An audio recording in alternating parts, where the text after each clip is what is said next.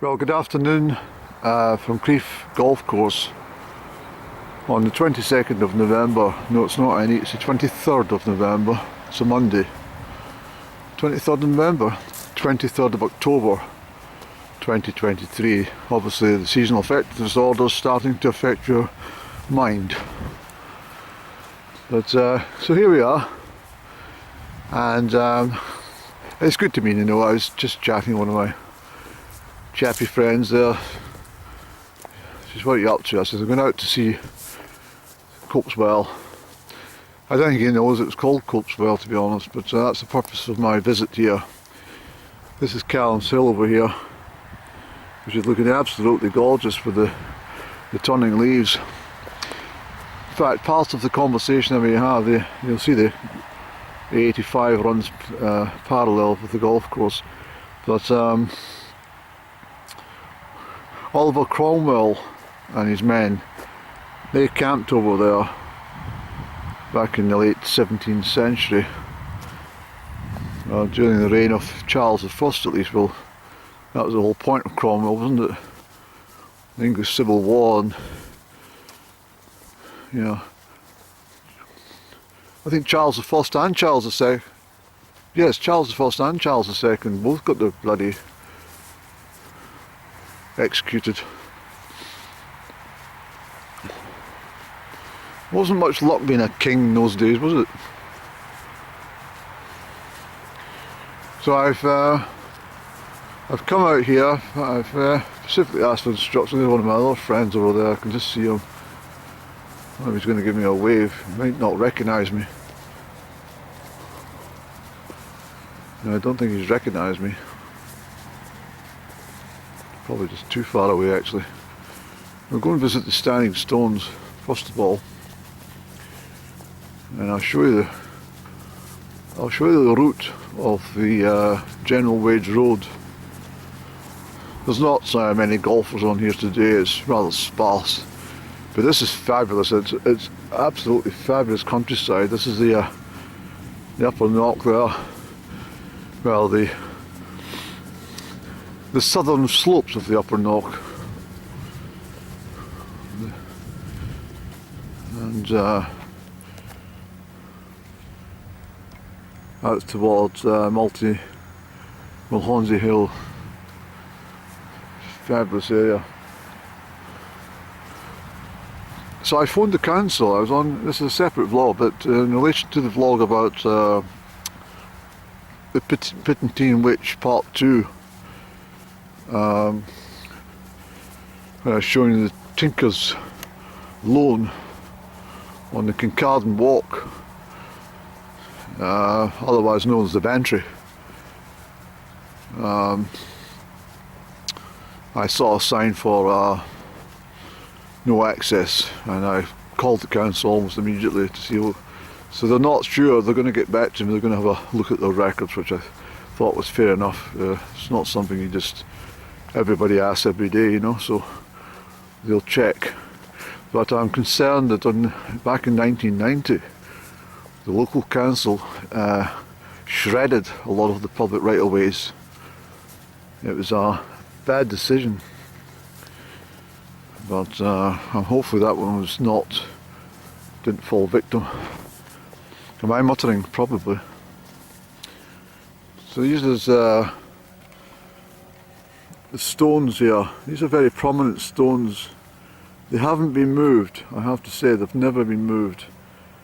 The golf club themselves respected the fact of the heritage of these stones, which have always sat here, and in fact have been visited by many of the prominent people. Hence my reason I'm coming here today. So General Wage Road came from Ferntower Road, that is, in Crieff. It comes up from James Square, or St James's Square, and it followed a route all the way out to Gilmerton, but before it got to Gilmerton it veered to the north, and then it caught on to the Highland Road, which takes you up to Smog Land.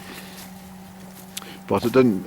I've shown you parts of that route though many times, so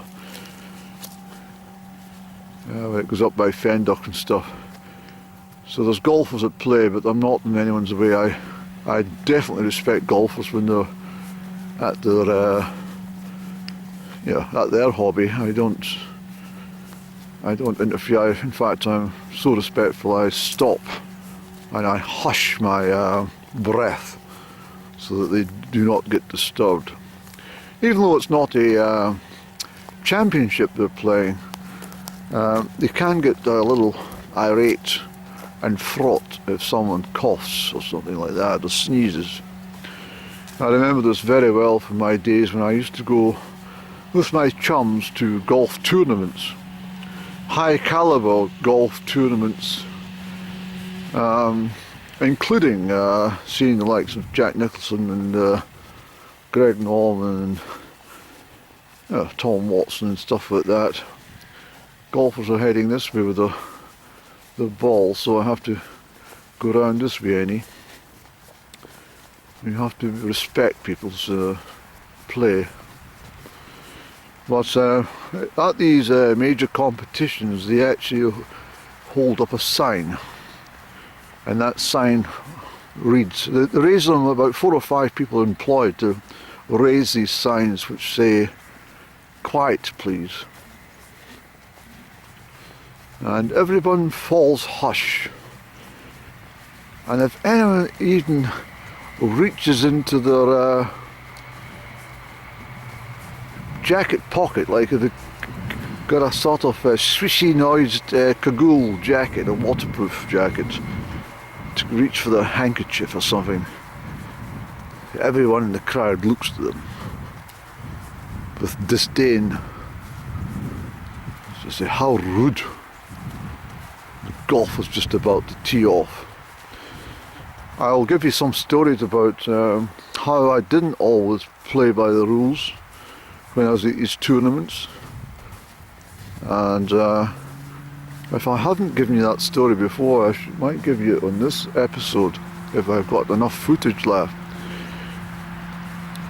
So there's a green over there, so I have to watch because there's golfers over that way, and there's a green here, but fortunately there's no one behind me. And what I'm doing, there's a tractor in the background which is a bloody pest, but cutting grass, no, it's blowing leaves I think it's doing. This is the 8th green here, and I've walked around this whole course carrying I told you the story, carrying a bloody massive golf bag when I was what, 8-year-old, for the professional golfer William Milne, and he gave me 50 pence. 50 pence. I was never forgot it, not to this day. But, so what we're going to do, Annie, is we're looking at Cope's Well. Johnny Cope, you may have heard the song, "Hey Johnny Cope, are you dancing?" No, "Hey Johnny Cope, are you walking yet? Are your drums a beating yet?" And I can't remember the rest of the chorus, but so long, we used to get it sung to us in primary school. We used to sing it in primary school. I don't know why. The bloody school teacher of mine was, I think she was a Jacobite.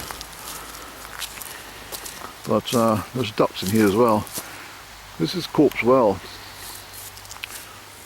and I have to say it's pleasantly filled again. A lot of times you come here and it's in a rather poor state water-wise. What's the vegetation, Annie? Try not to disturb the ducks from their play. Oh dear. So this is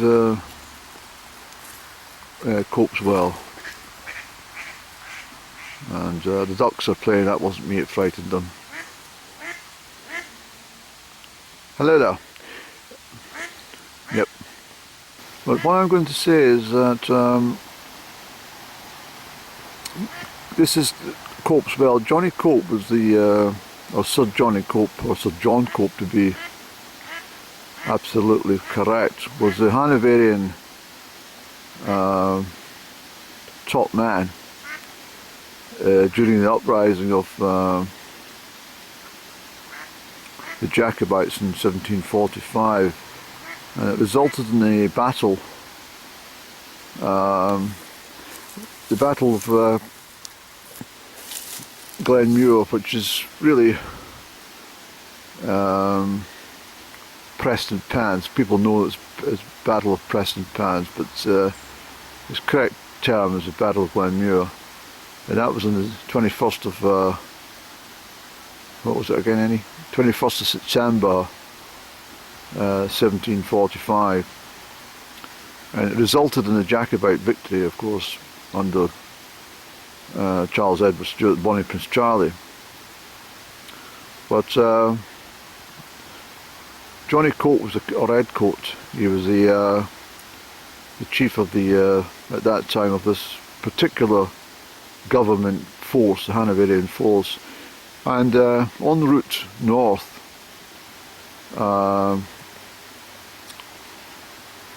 they camped here in Crieff, and he camped just next to this well, this pond. It's Johnny Cope's well. It's called Cope's Well, although a lot of people don't know it's Cope's Well. But this is the area, and as I say, in primary school we used to get a song. It was let me think about it again. Hey Johnny Cope, are you walking yet? Are your drums beating yet? If you were walking, I would want to go into the courts in the morning. Something like that. Going to the courts in the morning, something of that nature. I can't really remember it very well. A long time ago when we used to sing it. But it's fascinating to think that they were all encamped in this area. And as I said already, over in that direction, Cromwell's lot were camped over there at a different period in history. That's 70 years prior to this thing I'm talking about. But it's a fascinating part of the world. Better keep my voice down, somebody's playing golf. They couldn't hear me. So what we'll do, Andy,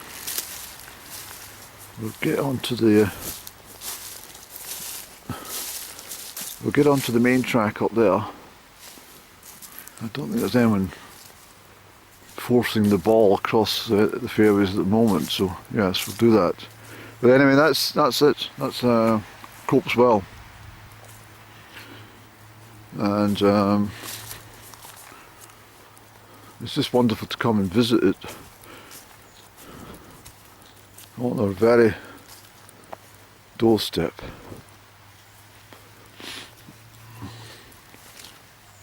I mean, the amount of golfers that have passed this place over the years, I think they know it as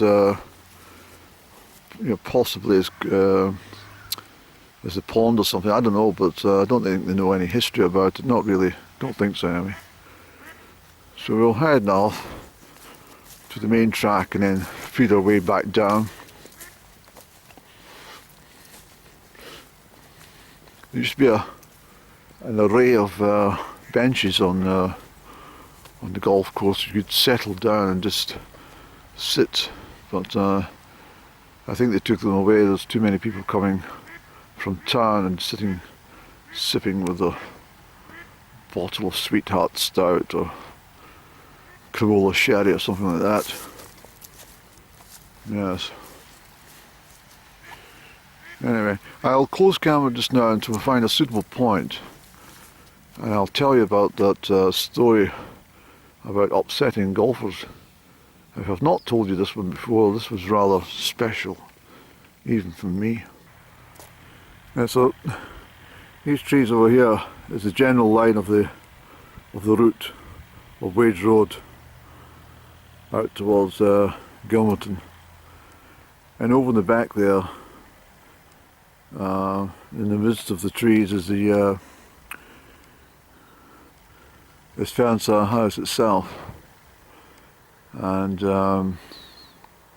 this is all the land of Lady Campbell Preston and her husband, General Sir David Baird, who I've covered in a previous vlog about his monument erected at Tonachastle, halfway between Crieff and Comrie. At the monument erected in 1832. I won't give you the whole story again, but so anyway, this is all Ferntower land, and the Ferntower estate stretched right down towards Tomonnock in Callumshill and over that way to look towards Dollery estate, and the Maxtons of Cultahwye. I'll cover Cultahwye, which is right on my doorstep, at a later date. But Cultahwye was also a Roman encampment, and out at Cultahwye is where I'll show you the mounds. I might try and do that tomorrow or something, but at Cultahwye there was the people from Crieff were carried out to Cultahwye and buried during the 1660s, during the plague. There's another heap of bodies buried out at Macara Bray, which is just past Octatyre House, just past Moneybeard Loch. And there's lots of mounds on the south side of the road. You may have noticed them, but that's plague victims which are piled up and buried with earth. And it's a similar story at Cultahwye. Cultahwye was, as I say, the lands of the Maxtons. So just venturing back by the stone, but it is a delightful course. Anyone who plays golf, I think they find this course absolutely adorable. A lot more trees than there used to be, of course. There's a lot more tree planting being done over the last 40, 50 years. So it was a bit more open previously. And yes. All right, Andy, I think we should wrap it up here. Oh yes, when we get back to the car, we'll choose a spot and I'll tell you that story about... Yes. So what I thought I'd do is just pull across the street actually from the golf club car park and come in here to the entrance to Callumshill itself. Look at the lovely acorns, very small of course, but nevertheless very pretty. But I was talking about golfing stories and stuff. I got several, but I must put some together in a little editorial for you. But this one particularly was really quite silly. And I'll just give you it as it was. It was a competition at a place called Hag's Castle. And myself and two or three of my buddies were down there for this golf tournament. We'd only just arrived. We just got ourselves organised. Went up to the very first tee. Big, fairly decent crowd, and a couple of golfers didn't even know who they were. But his name was Derek Cooper, and the usual hush takes place before the golfer eyes his shot with his driver and looks up the fairway, pauses, legs apart, and swing, and whack, and hit the ball. A few of the crowd gave him a bit of a cheer and a little bit of rapturous applause. And just as it came, perfect timing for myself, I shouted, "Come on, Derek, you can do better than that." And my two mates who were with me at that moment were in absolute stitches, because it's probably the worst thing you can say to a golfer to upset his psyche for the next 18 holes. And obviously there was no let up. And I took great delight in this. I mean, I was a young man. I was a silly age, of course. I was just turned from my teens to my early 20s, and found it quite hilarious. Like every single shot this chap took, I shouted, "Come on, Derek, you can do better than that." And it obviously drove him insane. And and when we got to the 16th, I always remember it was the 16th green, and this chap Derek Cooper, he made a absolutely stunning shot. Have I told you this before? Probably. Absolutely stunning shot, about 18 yards across the whole green, and it popped into the hole, and it came back out again. And I shouted, "Oh, come on, Derek, you can do better than that."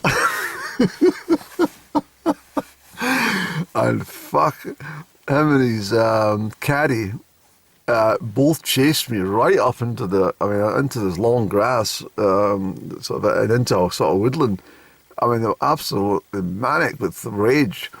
And I was running and leaping over things, but I couldn't stop laughing as I was running. And I could always feel the breath of this pair in my back. I think they would have clobbered me with their clubs if they got a chance. But it was absolutely amazing. It was so funny. Oh, come on, Derek, you can do better than that. I'll put in some more stories about my golfing episodes at a later date, including the time I turned up at was it the Scottish Open, or was it the British Open? Well, I'll have to check that one. In 1985, with a stuffed owl attached to my my wrist, which everyone thought was real, including the BBC commentator Peter Alice. But yes. It was broadcast live. It was wonderful. In fact, I will come back to the story. I've not told you this before. I'm going to tell you it.